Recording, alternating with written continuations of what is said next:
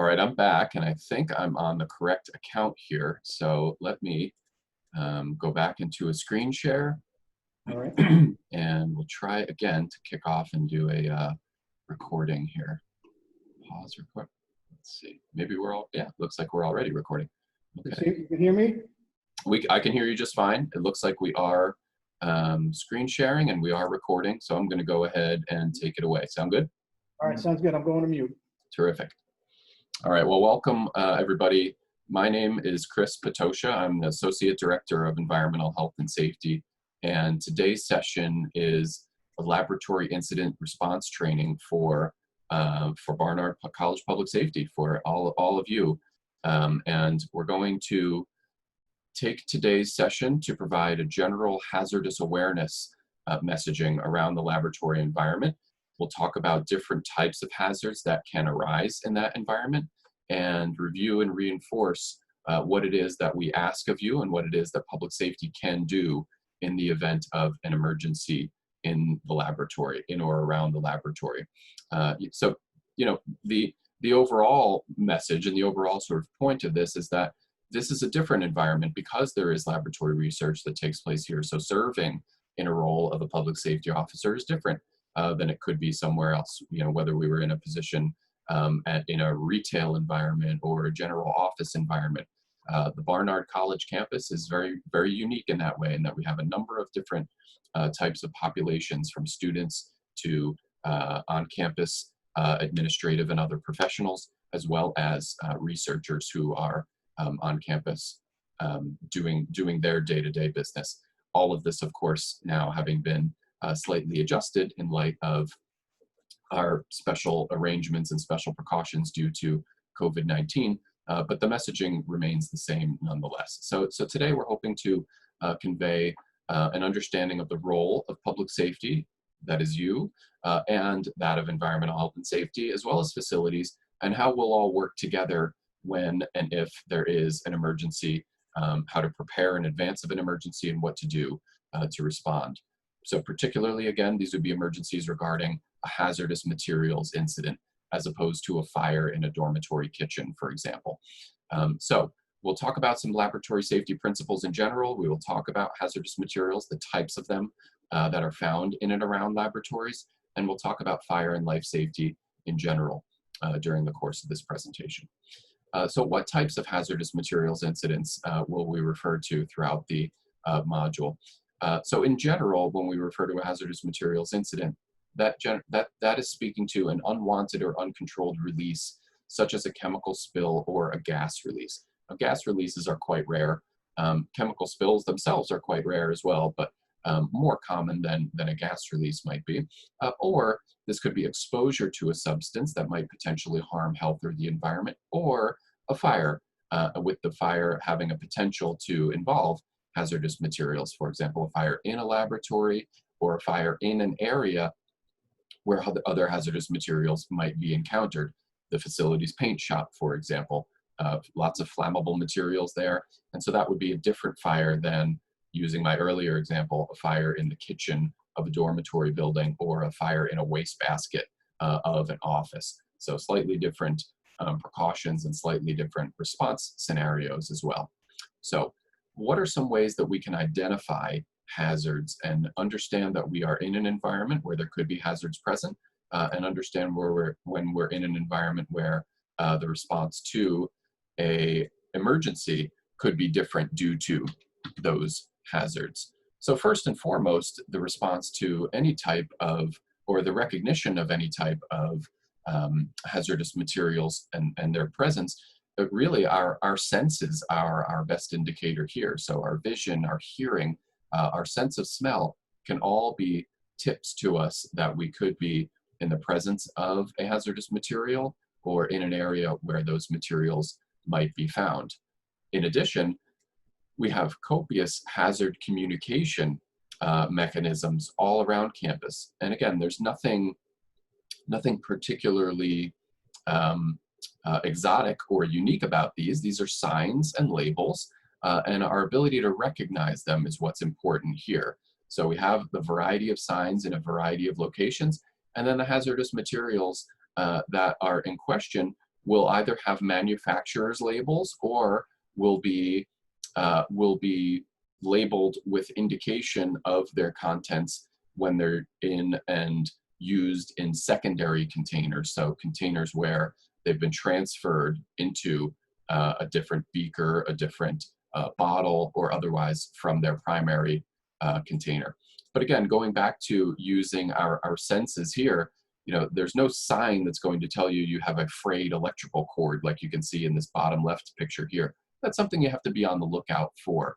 There's no sign that's going to tell you. Certainly there are signs that will tell you there's compressed gases in an area, but there's no sign to tell you that they are or are not properly belted to the wall. These are things that we need to be on the lookout for and will help us understand that there could be hazards present.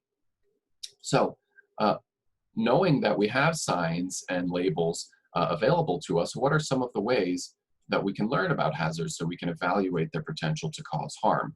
So going a little bit deeper than the labels themselves and the superficial content that's there, the label, in accordance with the globally harmonized system of classification and labeling, all chemical labels are actually required to contain certain information. So these highlighted areas here, these red boxes, the product identifier, the supplier identification, precautionary statements, hazard pictograms, signal word, hazard statements, and then additional information or supplemental information and things like the expiration date.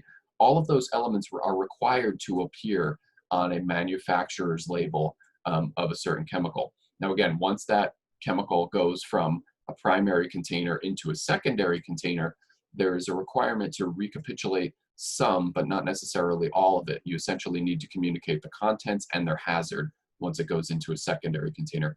So if you're looking at a squirt bottle or a beaker, you're not necessarily going to find the supplier identification and the address of the manufacturer, but you do need to find the name of that chemical and its hazard. So it could say acetone flammable, or it could say acetone and have this flammable pictogram. That would be an acceptable way of communicating the hazards once that chemical is taken from its primary manufacturer's container and moved into a secondary container. But labels are a very rich source of information. So if there's ever any uncertainty about what hazards might be present in the context of an emergency such as a chemical spill, it is important to, whenever possible, to have access to the label. Those pictograms, I mentioned the flammable pictogram and took a look at that while we were looking at the label. Again, all of these are standardized across the globally harmonized system of classification and labeling. So any flammable chemical material is going to have a pictogram that looks just like this, a red border with this black flame icon with the line underneath on its label. Likewise, any compressed gas, this symbol here, corrosive materials, the symbol here where you see the chemical destroying this, this inanimate bar and also corroding the hand icon here. So these are meant to be universally recognizable. If we were giving this presentation in the UK or South America or elsewhere in Europe, these symbols would be the same. They're meant to communicate the same hazards globally across different users of different chemicals wherever we might be in the world. Now, it is important to recognize that there's different types of flammability.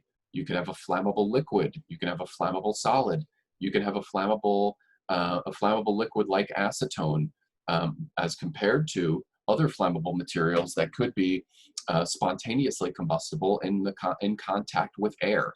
So just by looking at the icon itself or the pictogram, which is its technical name, that's not going to give us all of the information. So we're going to need to look more closely at that label, excuse me, or otherwise more closely at supplemental information, such as a safety data sheet. So if we were all together in the room, this would be kind of a good moment to ask a question. So you don't have to answer, but perhaps just by a quick show of hands, who here has ever heard of or seen a safety data sheet? Hands, good, okay. And these were formally referred to as material safety data sheets, or MSDSs. The transition to the globally harmonized system, one of the additional requirements, in addition to changing all of these pictograms, adding the requirements for those different label components, the material safety data sheets were renamed to safety data sheets. I don't know exactly why they decided to do that, but MSDSs are now SDSs. So that is the technically correct name. And again, here's where you're going to find, so if you have your label itself and the shorthand information that's available there, and then the additional contents and the additional information on the label in using those 7 important elements that are identified there, we're now getting more information. And then more still is available through something like a safety data sheet. And I'll tie this all together in terms of how we use this information in the context of an emergency response in just a few minutes. But just to talk about material safety data sheets for a moment, the important thing to realize here is that under the globally harmonized system, all safety data sheets are required to now have the same format. So 10 years ago, if you had a bottle of acetone and its safety data sheet from manufacturer A, and that same safety data sheet from a bottle of acetone from manufacturer B, they could look quite different. Now, they might look a little different in terms of different graphics and different headings, but they will all be laid out in the same 16-section format, starting with identification, starting with hazard identification, following with composition, first aid measures, and on through these other 16 sections. So you'll always be able to go to section 7 to look at handling and storage. You'll always be able to go to section 4 to look at first aid measures, regardless of what source you get your safety data sheet from. So that's the important takeaway there, as well as understanding that a safety data sheet is kind of the next level in terms of the richness and detail for content as it relates to hazard information. Let's take a look at a couple of symbols that identify common hazards at Barnard College. So again, I would do this more in a poll the audience type of format if we were all in the same room, and I don't know how quickly and easily you're able to unmute on the other end. So I'll just kind of go through each of these without necessarily asking who recognizes which one. So in the upper left quadrant right here, these 4 circles that are kind of tied together, that is the universal symbol for biohazard. And so hopefully you're kind of shouting. Okay, terrific. So, you know, all right. So in that case, who can shout out and tell me what the symbol in the top right-hand corner is, the yellow and purple? Radioactive. That's right. So that will represent the presence of radioactive materials. And then in the bottom left, we've already talked about the flammable symbol. And in the bottom right, we've got a skull and crossbones, which of course is the universal symbol for poison or toxic or something along those lines. So you can go back on mute right now. And in the meantime, I'll tell you that, again, I mentioned before that these symbols would be universally a red border with the white background and the black content. Now here we're looking at orange with black. So these aren't globally harmonized symbols, but they're different types of symbols that can still appear on labels, perhaps in the context of transportation or perhaps on an older label prior to the requirements of the enacting of the globally harmonized system. So we've got all of those right: a biohazard symbol, radioactive material, flammable materials, and toxic or poisonous materials. So let's look at a few of those and a few locations or contexts within which we might find some of those symbols. So as we mentioned, chemical containers. I think you can see my mouse pointer, so I'm using it to identify the skull and crossbones on the chemical label here. And as we mentioned, this is a toxic material, so you'll find that skull and crossbones. The biohazard symbol you'll find on equipment, you'll find it on doors, different areas as well. This is a piece of equipment known as a biological safety cabinet. It's used for the safe manipulation of potentially infectious materials. And so anywhere where you have that symbol present, you'll have the biohazard symbol attached. I want to point out that the presence of these labels, particularly the biohazard and the radioactive material symbol, we'll talk about those more in a few minutes as we go forward, isn't necessarily an indication that seeing this biohazard symbol on this piece of equipment does not mean that when you enter that room, there's an exposure to a potential biohazard. It means that there are materials used in that room that may potentially carry this hazard.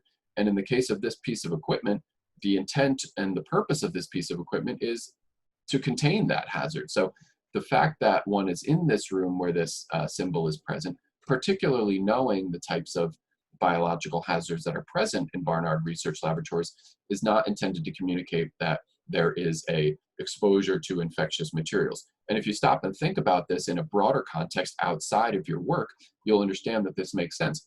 When you walk into your doctor's office, there's probably a box on the floor where they put samples that they've taken from patients to be sent out to laboratories. It has this symbol on it. When you walk into, further into that office and you go into the exam room, you'll see this symbol on different containers used to collect sharp objects, needles, razor blades, and so forth. So it doesn't mean that there's a risk to acquiring an infection simply by being in that room. That's what I want to make sure we understand is the takeaway message here with the biohazard symbol in particular. So we will find these symbols on laboratory doors. We'll see them on chemical cabinets. Here's an example from 712B in Altschul. This is a hazardous materials storage room. So there are chemicals, and you'll see it's a little bit blurry, I apologize, but there's some specialized regulatory language on the outside of this door that refers to the fact that there is hazardous waste in this room. And those are chemical materials, and the fact that they are waste, again, doesn't imply any elevated hazard. They're the same hazards as would be found in this chemistry cabinet and the flammable materials that are stored in this cabinet itself. Again, once they become waste, they don't become more hazardous in any way by virtue of the fact that they are waste. In fact, that room has a number of very sophisticated controls to ensure that those waste materials are able to be safely stored inside. And then you have these signs on the outside of all laboratory doors where you'll see that this is an indication. Again, I think you can see in my pointer here, you'll see that an indication that this is in fact a laboratory. And by virtue of the sign on the door, you can know that there are specialized ventilation requirements for this space, specialized construction requirements. In other words, the walls need to be built to a certain standard to contain any type of incident that might take place inside.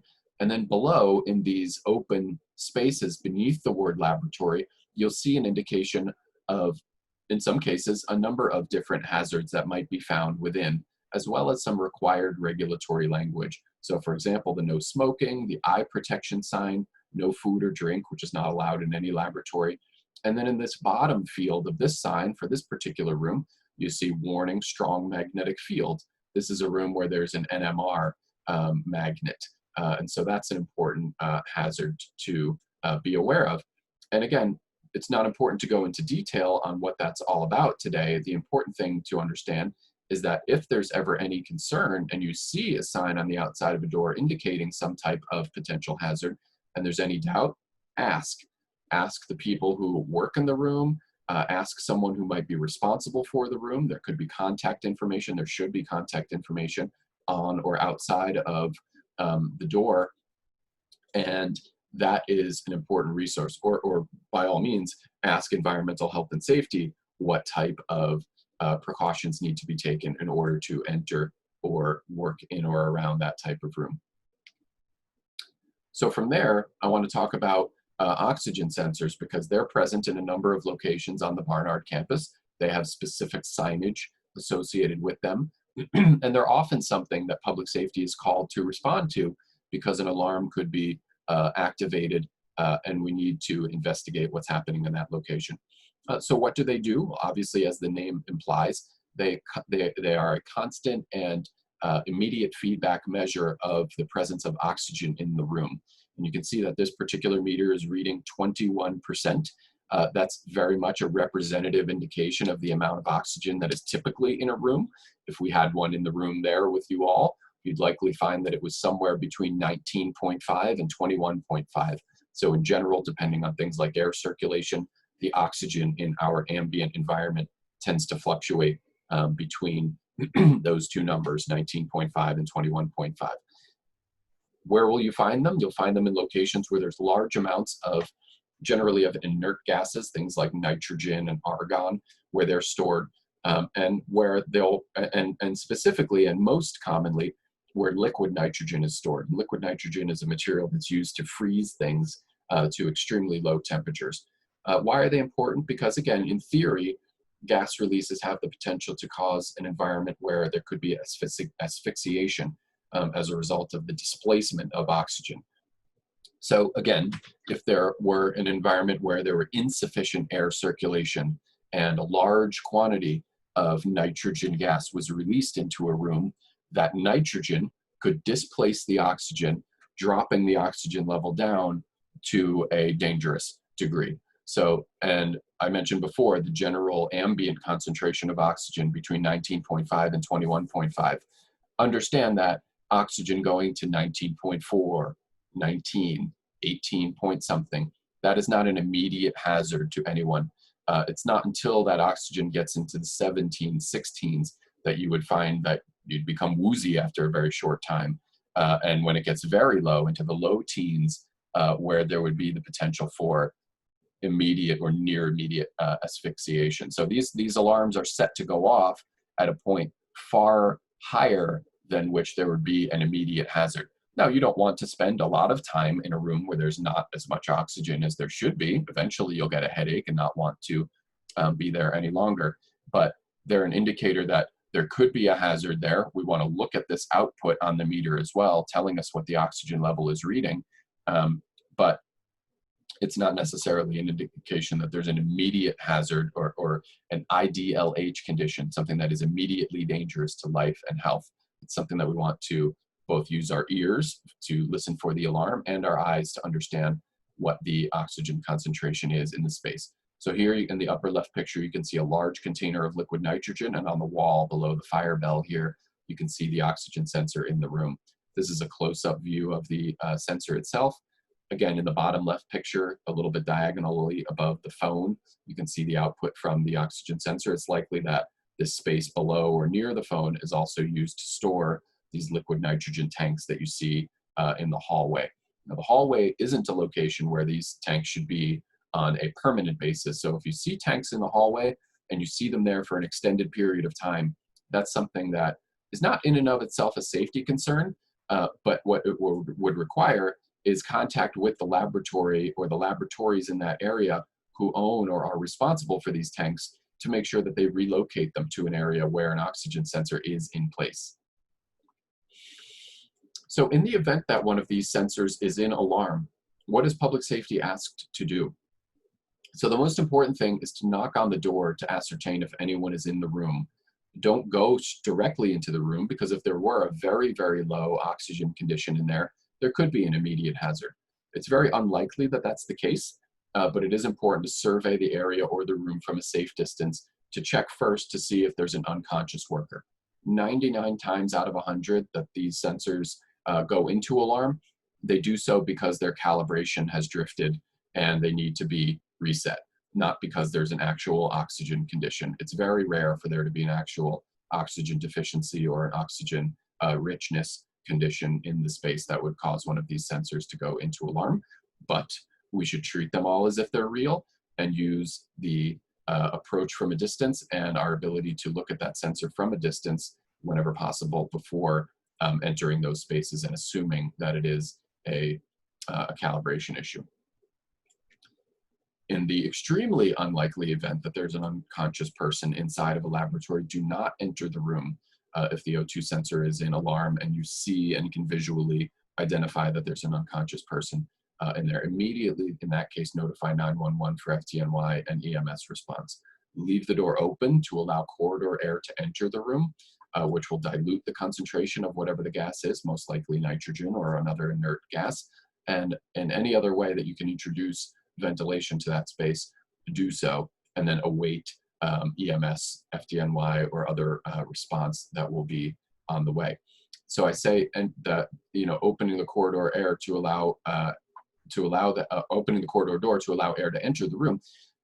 That's an opportunity to point out that laboratory spaces, so locations where you see that laboratory sign, those spaces are negatively pressured to the hallway. In other words, air goes into them from the outside. So if there is a release of a hazardous material or an oxygen deficiency situation, those materials should not drift out into the hallway because of the way the HVAC, the heating, ventilation, and air conditioning controls are set up in a laboratory.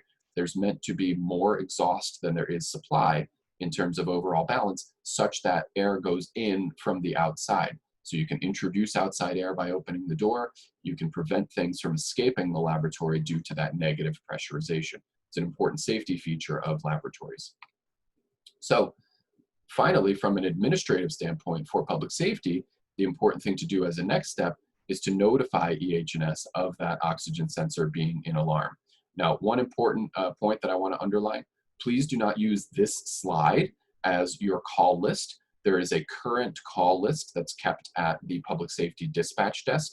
We change this call list from time to time as people leave our organization. So for example, just at a glance, I can tell you that these two people, Thomas Morgan and Mike Kennedy, under the radiation field here, are no longer with environmental health and safety and haven't been for some time. So please consult the specific form that is at the public safety dispatch desk prior to calling these numbers for an EH&S contact. However, again, you'll see that oxygen sensors are a specific line item on this form, and should an oxygen sensor be identified to be in alarm, in other words, an alarm is observed in an area where that signage is posted, it's important to notify environmental health and safety. All right, so moving on. In the event of a gas odor, calling 911 is important when there is a definitive identification that there is a gas leak.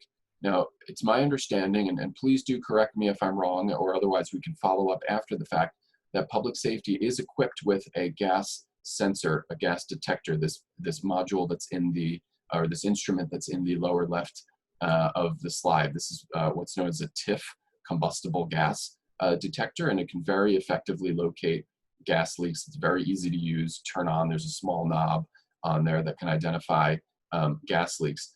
Other things can smell like gas, and individuals will often say, I smell a gas leak when they call public safety or if they call facilities that are otherwise then later determined to not necessarily be a gas leak. That said, if a gas leak is definitively identified, 911 can and should be notified so that the fire department can respond and ensure that there's not any type of fire danger to the building. So circling back to biological materials, I pointed out that we have the signage here that is the universal biohazard sign, and some locations where you are likely to identify this sign or find it in practice and in use around the campus and in the laboratory environment. So this symbol indicates the presence of potentially infectious material or the presence of regulated medical waste. So again, that's often why you'll see it in and around your doctor's office, because they have a need to discard used needles or tissues that have a small amount of blood on them. Those go into a waste stream that's referred to as a regulated medical waste. And anytime you have that, you need to have the universal biohazard symbol present. So you'll see it on doors, you'll see it on waste containers, you'll see it on other equipment. And again, I'll underline that this sign is not necessarily an indication of any immediate risk to personnel in that area. It's a regulatory requirement, and it is meant to convey the presence of this material. Now, how risky are the materials themselves that are activating this requirement to have the signage in place? So you can see that the BSL2 field here and the BSL1 field below, I've made the font a little bit larger here, and that is to point out that those are the levels of materials that you'll encounter in a Barnard laboratory. So these are materials at BSL1, things like yeast cultures or certain E. coli cultures that are not known to cause disease in healthy adults, but are in fact biological organisms similar to those that are used in bread or beer, or that you could encounter that might cause foodborne illness in certain cases, which would perhaps elevate them to a BSL2 material. But in most cases, BSL1 organisms are not known to cause disease in healthy adults. Now, we don't know by looking at someone if they have a compromised immune system for one reason or another. And so when we speak to laboratory workers, we convey the importance of working with these materials as if they are known to be infectious, but for purposes of day-to-day contact and day-to-day work in and around the laboratory for a public safety officer, these are materials that are not known to cause disease and that are, like BSL-2 materials, that are spread by direct contact. So you see things like here, like hepatitis B, HIV. Certainly these are serious diseases, but when we see the biohazard symbol, and it is there because there could be these materials present or materials that could cause these types of infections, walking into a room where these materials are used is not a risk to someone, because we know how HIV is spread. It's spread by sexual contact, it's spread by sharing of needles, it's spread by direct contact with blood or bodily fluids in contact with the eyes, nose, mouth, mucous membranes, or an open wound, or direct injury through a needle or a sharp object. So again, even touching a bag where there could be regulated medical waste containing these materials, unless you have an open wound, is not going to be what's considered, an overt exposure to these materials. The other BSL-3 and BSL-4 I put here to help understand the context of the difference between BSL-1 and 2 and 3 and 4, but these materials are not used in laboratories at Barnard. They require specialized engineering controls, specialized ventilation, and those materials, those facilities are not available at Barnard, and so you will not see things that are classified as BSL-3 and certainly not at BSL-4. Those are reserved for a very, very small number of very high containment laboratories, generally in government laboratories or very specialized research or perhaps pharmaceutical or other for-profit locations. So BSL-1 and BSL-2, and the important takeaway here again is direct contact. One does not risk themselves being exposed to these materials by walking into a room, by breathing, even by touching surfaces, unless there is an injury or an open skin to which there could be a contact exposure. So what type of emergency could public safety expect when it comes to regulated medical waste or a biological material? From time to time, we see a leaking red bag or a leaking sharps container. Someone could call in an odor from a regulated medical waste container. Again, these are biological materials, so just like milk can go bad in your kitchen, these materials can become putrescent and odorous, and if so, people could call these types of incidents in as an emergency.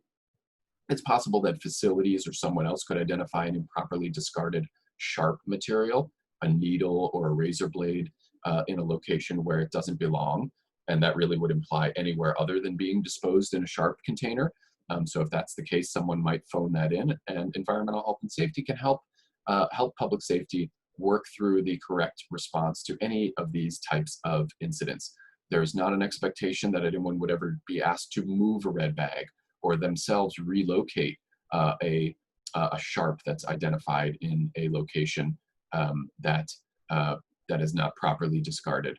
And then an odor from regulated medical waste would also need to be investigated further to understand how that could be properly relocated and recontainerized. So moving from biological materials to radioactive materials, everyone correctly identified this symbol, the magenta or purple, they would call it a trefoil design on the yellow background, that indicates that radioactive material could be present in an area. We've also put a picture here of an instrument. I'm certain that almost everyone has heard of a Geiger counter. This is an instrument that we can use to identify the presence of radioactive materials as well. And again, an important takeaway from this is that this sign that says radioactive material is different than another particular sign that is required in other locations that would say caution radioactive area, which is important to understand that these materials being present do not necessarily indicate the hazard of being in the area with the materials themselves. So what do we mean by that? Again, there could be small quantities of materials that are used, low-level radioactive materials in Barnard's research laboratories. Walking into the room where this container is located, where you see this symbol in this hood, does not indicate exposure to a radioactive material. And why is that? Because there are ways to reduce exposure to radiation. And we always follow principles that reduce the exposure to radiation to what we refer to as ALARA, as low as reasonably achievable. And we use 3 principles: time, distance, and shielding to limit any kind of exposure. So the shorter amount of time that you are in the presence of radioactive material, the less potential exposure. The farther away that you are, the less potential exposure. And any kind of shielding between you and a source of radioactive material will likewise prevent or limit your exposure. Now, shielding doesn't have to be a wall like this person is standing behind. It doesn't have to be a lead apron like they give you when you get a dental x-ray. Certain radioactive materials, in fact, many that are used in research, are shielded by your clothing, shielded by your skin, shielded by paper in some instances. In some instances, they're shielded by small plastic shields that are placed in front of them. So please, again, don't take away the impression that there needs to be a lead barrier or a brick wall between ourselves and this small bottle of materials here. Often the containers themselves are enough to shield us from the material that is inside. So what could or should public safety expect in the context of a potential radioactive materials emergency?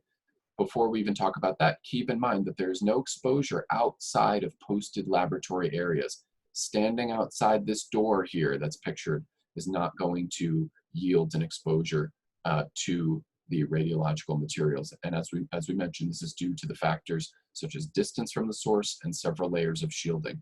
The container itself, other shielding that could be used, the cabinet door, the laboratory door, as well as your distance from the material and the very short amount of time that you would be expected to be present there.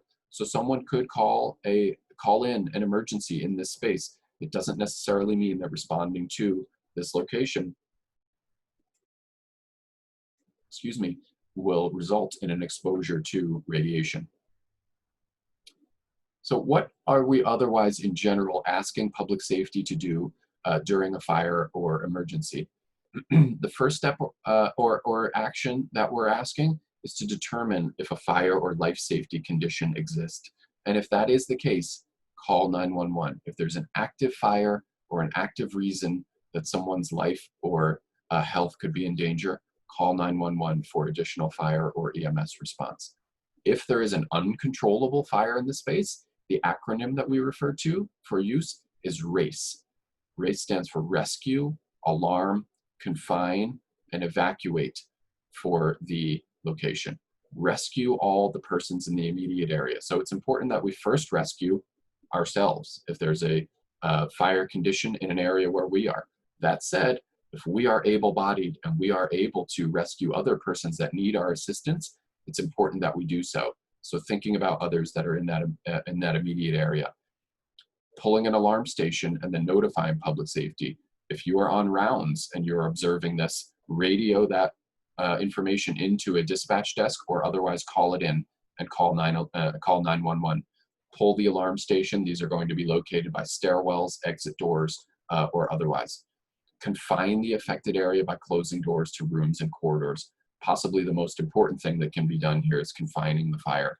As I mentioned before, laboratories are required to have specialized construction. Their doors, their walls, and other infrastructure that builds that laboratory is meant to keep a fire inside for a specified amount of time. It is much, much easier for the fire department to fight a fire in one room than it is if that fire spreads out to hallways. Also importantly, closing that door will confine the smoke and other gases that are released in the event of a fire. So closing the door and sealing that fire in is incredibly important. And then evacuate. And that can mean horizontally through an adjoining building or vertically using other stairways that are remote from the fire. If there is a controllable fire and you are willing and able, so we say consider extinguishing if safe to do so, the acronym for using a fire extinguisher is PASS. Pull the pin, aim the extinguisher at the base of the fire, squeeze the handle, and sweep the hose from side to side, aiming it at the base of the fire. What will that look like afterward? Almost all extinguishers, 99 out of 100 of them that you'll encounter on campus, are an ABC fire extinguisher. They're filled with a inert chemical powder that will extinguish a fire. So after you discharge that extinguisher, you'll see this yellow powdery residue that is left behind. It's important to monitor for reignition, especially if you have a containerized fire somewhere. Fire could reignite. Afterward, there's an investigation that will be helpful to have any type of input that's available from public safety to help us determine what caused the fire and what was burning. So we'll consult with, if you can, please consult with environmental health and safety prior to having facilities clean the affected area. This will all need to be cleaned up. Again, it's not in and of itself a hazardous material, the extinguishing agent. And in fact, an extinguisher can be used on a person. So again, this isn't poisonous material, and if a person is on fire and there is an option to use an extinguisher, it is safe to do so. But before having facilities clean this area, please make sure that EH&S is contacted so that we're able to use the scene to help reconstruct the source of the fire. Again, if there is an active fire or life-threatening emergency, follow Barnard's protocol, then call environmental health and safety. And again, please use the most current version of this form that's available at the public safety dispatch desk. So in the event of a hazardous materials incident, what are we asking public safety to do? So this is in the event that a spill or other hazardous materials incident in a laboratory is called into public safety. It's critical that public safety gather critical information. Asking callers to spell things, there could be a very big difference between hydrochloric acid and hydrofluoric acid. Asking users to spell things and being very clear about what is spilled or what someone might have been exposed to is very important. So writing that down and gathering that critical information is important prior to contacting EH&S. If you're in the field, making an initial assessment, what has happened, how much has been spilled, is anyone injured? And then otherwise, providing physical security assistance. This is an important role for public safety, keeping people out of the area, particularly once an EH&S response has begun to clean up a chemical spill or a release. Controlling perimeter access, helping people leave the area, and by helping, I mean encouraging and requiring people to leave the area. And then potentially the need for elevator overrides is a public safety role as well. I want to underline, your safety is the priority. Public safety and facilities are not expected to enter areas where hazardous materials have been released. You're not expected to initiate or otherwise clean up hazardous materials contamination. And always inquire with the EH&S once you've made that contact about what you can or should do to assist before taking anything other than defensive actions in the context of a hazardous materials incident. So if there is an actual chemical spill, so here we've got some chemical hazard information, we see some chemical content information on this bottle. So if this is something that we've observed, it's important to recognize this as a chemical spill. What to do in the event of a chemical spill. If you are in the field and observe this, please help us understand the spill size, the chemical that is spilled. Any information that can be taken away from the scene is extremely important for prior to EH&S becoming involved. So obviously you can see here the picture on the left, a small test tube, a spill maybe the size of a couple of square inches, as opposed to a broken 1-gallon bottle and a large spill. Very much a difference between a manageable and an unmanageable spill that will help us indicate and further follow up with the laboratory that's involved or other people who might be on the scene as to what actions might need to be taken. So as we talked about, collecting the name of the caller and their contact information, again, writing this down and getting all of that detailed critical information is very, very important. Identifying any extent of any injuries or exposure issues, and the fact that effects of exposure to health may or may not be immediately evident. So neither public safety nor environmental health and safety are in a position to provide medical guidance to an individual in the context of a potential hazardous materials exposure. As a result, our guidance is always to seek medical assistance if there's any doubt that anyone has been exposed, either directly, meaning in contact with the material, or being in a room where a potential chemical exposure may have occurred. So it's always our guidance to seek additional medical assistance and then have a qualified medical professional tell them that there is or isn't need for further follow-up due to potential health effects that might not be evident. So if emergency assistance is needed, call 911. Help with providing, this is an important public safety role, help those responders by providing the best access route to the incident scene. We're all extremely familiar with our campuses, so if we say that there's an incident on the 7th floor of Altschul, we know right away the quickest way to get there. That's certainly not evident to an EMS responder. They may only have the street address. So it could be very important to either direct them to a gate on Broadway or a gate elsewhere on campus that gives them the best access route to the incident scene. So for that reason, it's important for public safety to meet EMS at the campus entrance and escort them to the specific location. Again, your personal protection is paramount. Think carefully before you attempt any remedial action, such as attempting to turn off the source of a release. Here we see someone closing a cylinder, or attempting to turn off any potential sources of ignition. That's an incredibly important thing to do, and if it can be done so safely, that is extremely helpful and useful, but not if it's at the expense or the risk to a responder's safety, including that of public safety. So if a spill is called in, so we see under the example column a chemical exposure, a chemical odor, or a chemical spill, we have individuals who are on standby, including myself. But again, please consult the most current version of this form at the Public Safety Dispatch Desk before reaching out to EH&S. One other important role for public safety with regards to hazardous materials, the presence of a regulatory inspector on campus. So someone comes in the front door of Barnard Hall, arrives at the Public Safety Dispatch window, and says, "I'm here from the Environmental Protection Agency." Please do not give them carte blanche access to the building without asking for identification, writing down their name, their badge or identification number, the organization or authority that they are with, and then contacting and then directing them to Danny Davis, the Executive Director of Facilities Services, if the inspection is safety or environmental related. Dan will otherwise then get in contact with Environmental Health and Safety so that we can provide appropriate escort to the right locations on campus for the different inspectors' level of regulatory authority. So to recap, and I will take a moment after this recap slide to ensure that you have an opportunity to ask any questions. The first and foremost, your personal health and safety is of the utmost importance in the event of any incident. If you encounter an incident or someone calls one in, regardless of their level of agitation or urgency, it's critically important that public safety responders remain calm. Address any fire and life safety issues immediately if that can be done with your health and safety primarily in mind. Never assume that a hazardous material incident has or will resolve itself. Even going back to the point about using a fire extinguisher, once the fire is out, monitor for reignition if that can be done safely.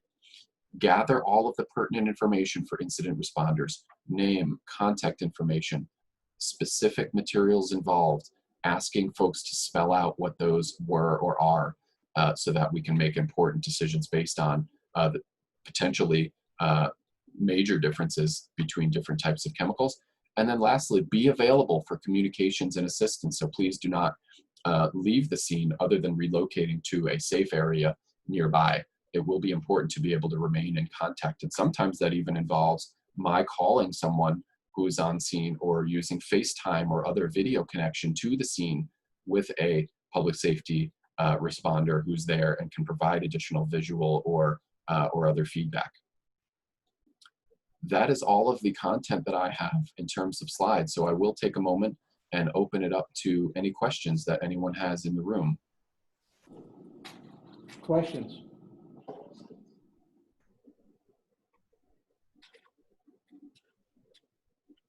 Well, now I think we're, that's it. No, you guys, you good? No questions?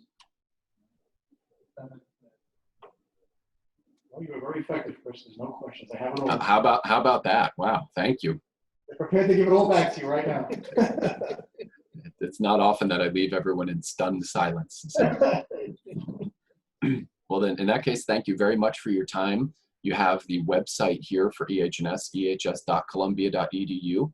And as far as contacting us by phone or otherwise, again, I know I'm sounding like a broken record at this point, but I can't emphasize enough the importance of using the most current contact sheet that is available at the Public Safety Dispatch Desk for any specific emergency or otherwise to reach out to us.